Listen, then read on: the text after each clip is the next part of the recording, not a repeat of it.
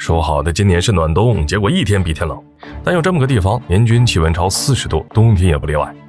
温度最高的时候，甚至达到了惊人的70多度。别说地面煎鸡蛋了，碰瓷儿的都不敢在这多躺一下，不然秒变3分熟。但就是这么热的地方，却吸引了一大批的人蜂拥而至，这究竟是为什么？今天球哥就来带大家了解了解。科威特位于亚洲西部阿拉伯半岛，东南濒临波斯湾，与沙特、伊拉克接壤，国土面积约为17.9万平方公里，人口约482.4万人，其中超70%的人都生活在首都科威特城。很多人都会以为世界上最炎热的地方应该是在赤道，但位于北纬30度左右的科威特城才是世界上最热的城市。一年只有2个季节，年均气温稳定在40度以上不说，在2021年，它的极端气温甚至达到了70多度，哪怕躲在凉快的地方，温度也高达53度，直接刷新了世界纪录。因为温度实在是太高了，在地上打鸡蛋都能直接煎熟，加点水和茶叶，甚至都能煮个茶叶蛋吃吃。一到早上9、10点，你几乎在大街上看不到一个人。为啥？因为天气太热，大家伙呢压根就不愿意出来。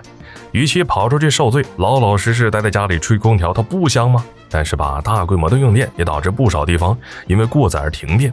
而在这种高温环境下，金属工具无法使用，工人们也就只能等到太阳下山了才能出来工作，严重影响到普通民众的生活。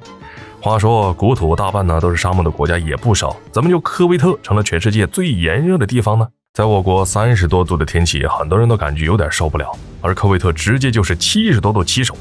要知道科威特城的纬度和杭州差不多，怎么就不见杭州变成全世界最热的地方呢？原因很简单，虽然处于同一纬度，但科威特却深受副热带高气压的影响，这也使得科威特从原本的亚热带气候区变成了热带沙漠气候。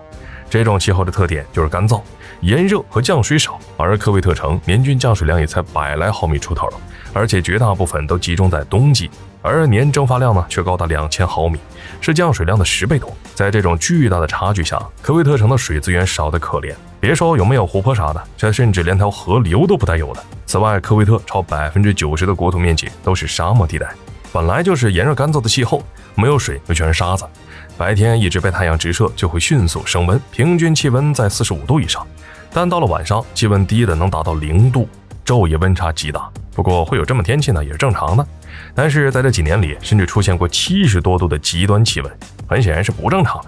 而原因呢就跟全球气候变暖有关，随着二氧化碳含量增多，地球也越来越热，温度出现异常的国家不只是科威特，还有美国、加拿大，甚至是我国都受到了高温影响。有的国家甚至还出现了骆驼被热晕的情况。要知道，骆驼可是世界上最耐热的动物之一，人承受的温度是有极限的。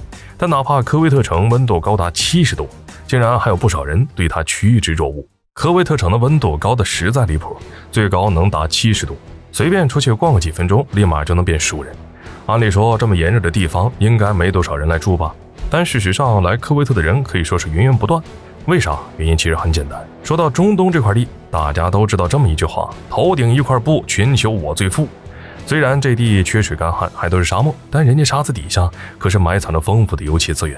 科威特也不例外，光是石油储量就高达140亿吨，世界第7的水平。天然气储量也有1.78万亿立方米。凭借这些资源，科威特人均 GDP 近4万美元，可以说是富得流油。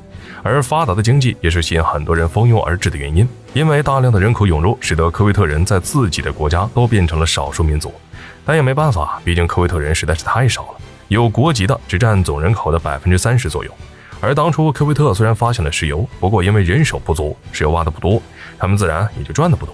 科威特一看他就急了，没办法，为了能赚大钱，政府就只能大力的引来外来劳工帮自己干活。而那些来自五湖四海的劳工呢，为了能挣大钱，也愿意千里迢迢的跑来这里。